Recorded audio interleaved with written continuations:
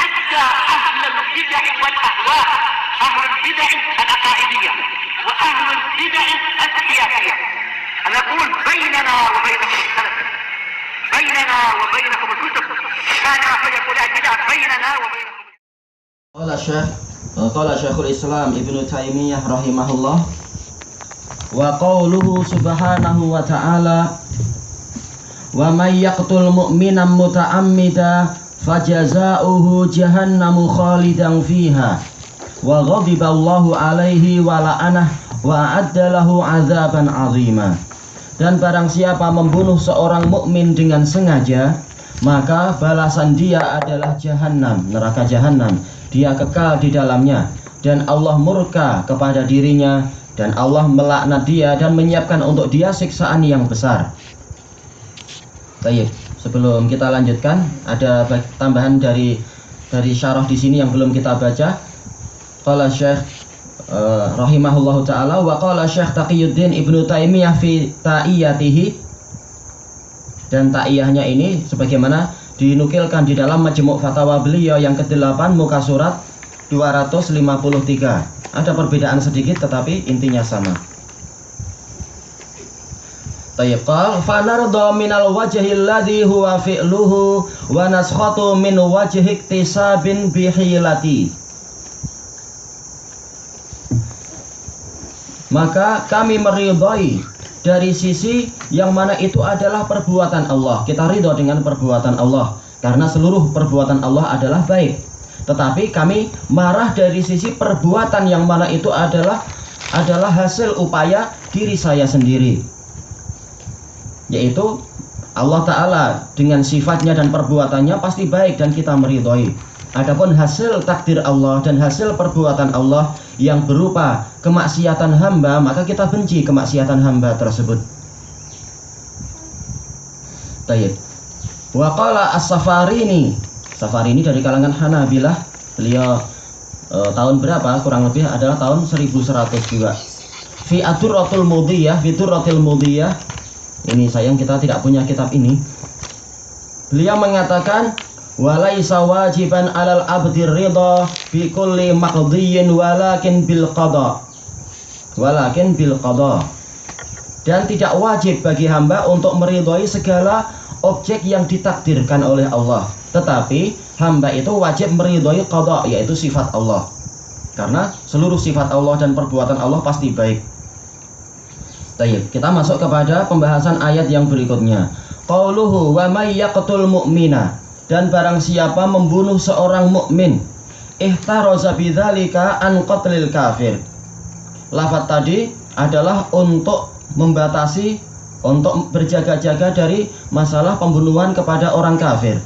Karena kalau membunuh orang kafir, Allah Ta'ala tidak marah dengan semarah ini. Kalau kafirnya kafir harbi, memang dia namanya harbi, memusuhi dan memerangi muslimin, maka dia memang boleh dibunuh. Adapun kalau kafirnya adalah kafir dhimmi dan kafir mu'ahad, maka Allah Ta'ala tidak meridhoi itu. Bahkan Rasulullah bersabda, man qatala mu'ahadan wa fi riwayatin wa man qatala dhimmiyan bi ghairi haqqin faqad haramallahu alaihi lam yarah raihatal jannah. Barang siapa membunuh seorang mu'ahidan atau dhimmiyah tanpa alasan yang hak, maka dia itu tidak akan mencium bau surga. Baik. Yang diinginkan sekarang adalah seorang mukmin. Case tentang membunuh seorang mukmin. Muta'ammidan, dengan sengaja. Al-amdu lughatan al-qasd, yaitu memang punya maksud untuk membunuh dia, yaitu sengaja.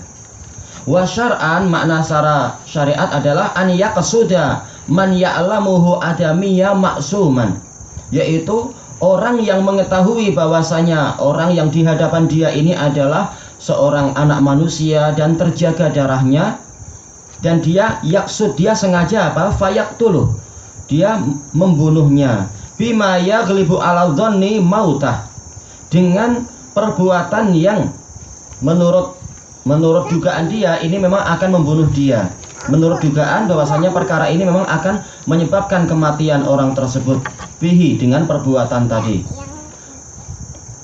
Kenapa? Kalau dia membunuh tanpa sengaja, dalam artian sekedar memukul kepalanya tiba-tiba mati, maka dia tidak dikatakan membunuh dengan sengaja. Ini namanya adalah qatlul khata'. Atau kalau pukulannya itu terlalu keras, maka istilahnya adalah syibhul amad, mirip sengaja. Al-muhim harus dengan apa? Benda-benda atau perbuatan yang secara umum akan menyebabkan kematian. Sama saja bihiddatih dengan apa? Ketajamannya, atau bisiqalih dengan beratnya benda tersebut. Tayyib, qal wahtaraza biqaulihi muta'ammidan an qatlil khata'. Berjaga-jaga dengan firman Allah Ta'ala muta'ammidan, sengaja, dari apa? Pembunuhan yang tidak disengaja. Qal wa qauluhu fajaza'uhu ay iqabuh, hukumannya apa? Qauluhu jahannam alamun ala tabaqatin min tabaqatin nar. Ini adalah nama untuk salah satu lapisan dari lapisan-lapisan neraka. Qauluhu khalidan fiha ay muqiman, yaitu dia terus menerus di situ. Muqim yaitu terus menerus tinggal di situ. Wal khulud huwa al muqsud tawil, yaitu tinggal yang lama. Kenapa? Karena dalil-dalil yang lain menunjukkan orang yang masih mukmin, masih punya iman, suatu saat dia akan keluar dari neraka walaupun waktunya sangat lama. Hanya saja kalau dilihat dari perhitungan dunia, ini seakan-akan kekal semacam ini. Maka Allah menyebutkan apa itu khalidan. Wa qauluhu wa la'anah ay taradahu an rahmatih, yaitu Allah mengusir dia dari rahmatnya. Kenapa? Seorang mukmin ini adalah tempat rahmat. Maka barang siapa membunuh mukmin berarti apa? Dia layak untuk terusir dari rahmat Allah, mendapatkan laknat. Fal la'nu huwa at-tardu wal ib'ad an rahmatillah. Maka yang namanya laknat adalah pengusiran dan penjauhan dari rahmat Allah. Qauluhu wa a'adda lahu 'adzaban 'azima, dan Allah telah menyiapkan untuk dia siksaan yang besar. Hayya alahu dzalika al-'azima dzambuh, yaitu Allah telah menyiapkan untuk dia yaitu hukuman terhadap dosa dia yang besar tadi. Wa fi hadhil ayah al-wa'idus syadid. Di dalam ayat ini ada ancaman yang keras liman ta'ata hadzal dzambal azim, bagi orang yang melakukan dosa besar ini, yaitu membunuh seorang mukmin dengan sengaja. Ini ancaman bagi apa? Para khawarij, yang mana mereka bermudah-mudah untuk membunuh muslimin. Sama saja apakah dia dari orang awam yang terkena letupan, ataukah dia itu dari pihak pemerintah yang masih muslim dan lain-lain. Hukumannya adalah semacam ini.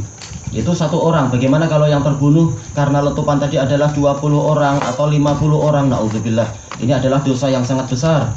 Makanya Rasulullah SAW mengatakan mereka adalah apa? Kilabun nar, anjing-anjing neraka. Orang-orang khawarij itu membunuhnya, apalagi apa? Atas nama Allah, mengatasnamakan diri sebagai muslim, sebagai ahlus sunnah. Ini dosanya berlipat-lipat, berdusta atas nama Allah dan ahlus sunnah. Tayyib. Wa yurwa an Ibni Abbas, diriwayatkan dari Ibnu Abbas. Riwayat Ibnu Abbas ini diriwayatkan oleh Imam At-Tabari di dalam tafsir beliau yang ke-9 muka surat 63, dan asar ini pasti yaitu sahih dari beliau. Hanya saja untuk sanad Imam At-Tabari ada Ibnu Humaid, syekh dari At-Tabari, Muhammad Ibnu Humaid. Dia adalah kudzib, tertuduh dusta. Dan juga ada Ibnu Waqi' yang dia itu saqitul hadis, yaitu hadis dia saqit, tidak diterima karena dia bekerja sama dengan para warraq, para sekretari dia yang pendusta itu. Maka hadisnya tidak diterima. Hanya saja ini sahih dari dari jalur yang lain. Bahwasanya beliau mengatakan, yaitu Ibnu Abbas mengatakan, qatilul mu'min muta'ammidan la tuqbal lahu taubah. Orang yang membunuh mukmin dengan sengaja tidak diterima untuk dia taubatnya. Wa yaqul hadhil ayah min akhiri ma nazal. Bahwasanya ayat ini termasuk akhir dari ayat yang turun. Walam yang sahha syai', dan tidak dinasahkan, tidak dihapus oleh ayat yang lain sedikit pun. Wa mimman dzahaba ila qaulihi, termasuk yang berpendapat dengan pendapat Ibnu Abbas ini adalah Zaid bin Sabit dari kalangan sahabi. Diriwayatkan oleh Imam Ibnu Abi Hatim dalam tafsir beliau yang keempat muka surat 304, dan sanadnya sahih. Dan Abu Hurairah dan juga Ibnu Umar dan Abu Salamah bin Abdurrahman, Ubaid bin Umair, Al-Hasan, Qatadah dan Ad-Dhahhak. Dan ini semua dinukilkan oleh Ibnu Abi Hatim. Yang keempat, muka surat 304. Walladzi alaihil jumhur salafan wa khalafa.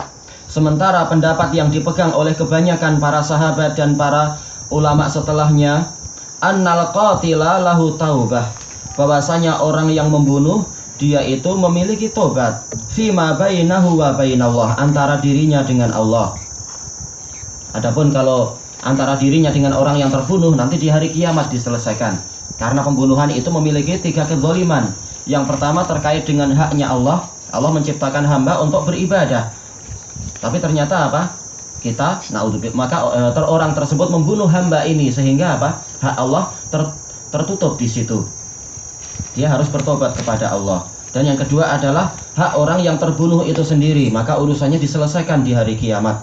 Yang ketiga adalah hak dari apa? Dari ahlul waris, yang mana mereka masih memerlukan bantuan dari ayah mereka yang terbunuh itu dan sebagainya. Maka ini diselesaikan dengan apa? Dengan qisas di dunia, atau dengan diyat, atau pemaafan dan sebagainya. Thayyib, qal fa in taba wa anab, kalau orang itu bertaubat dan kembali kepada Allah, yaitu anab, yaitu bertaubat sekaligus memperbaiki dengan apa? Dengan segera menghadapkan jiwanya kepada Allah dan berpaling dari yang lainnya. Wa amila sholiha, dan dia beramal soleh, badalallahu sayyiatihi hasanat, Allah akan mengganti kejelekan dia itu dengan kebaikan. Wa awwadha al-maqtula an dhalamatih, dan Allah akan memberikan ganti kepada orang yang terbunuh itu dengan pahala dari kezaliman tadi. Dia akan dinaikkan derajatnya, dihapus dosa-dosa dia dan seterusnya.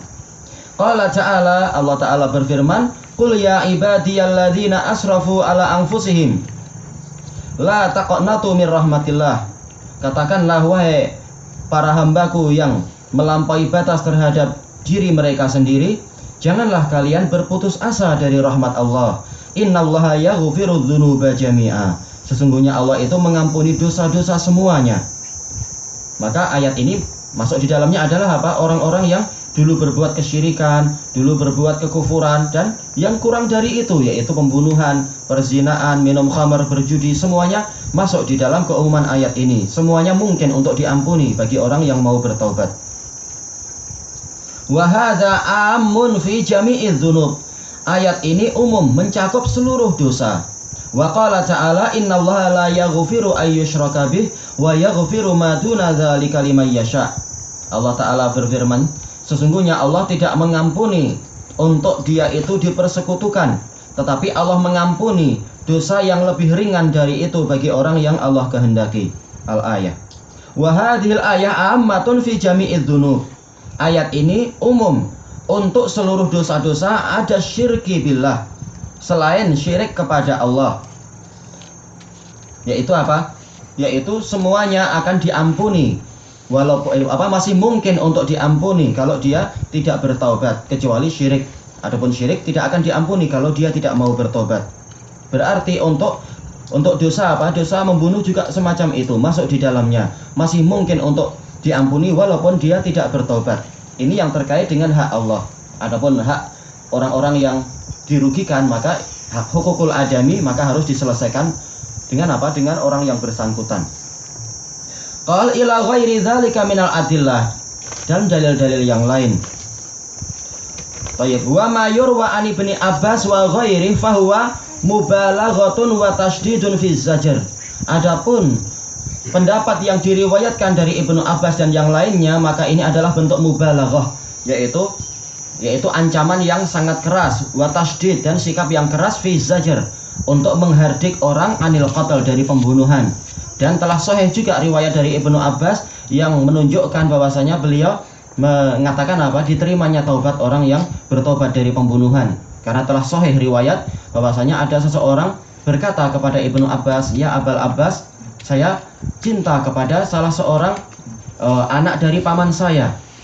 Kemudian saya melamar dia, ternyata dia menolak. Kemudian dia dilamar oleh orang lain dan dia menerima, maka saya cemburu. Akhirnya saya bunuh wanita itu."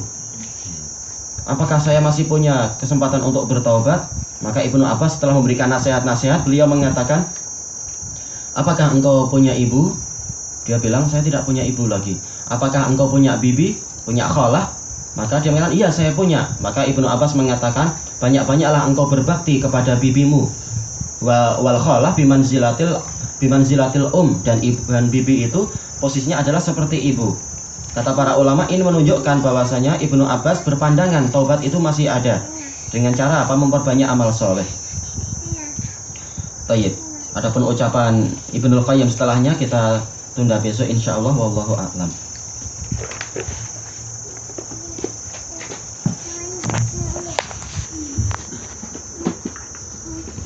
Bismillahirrahmanirrahim.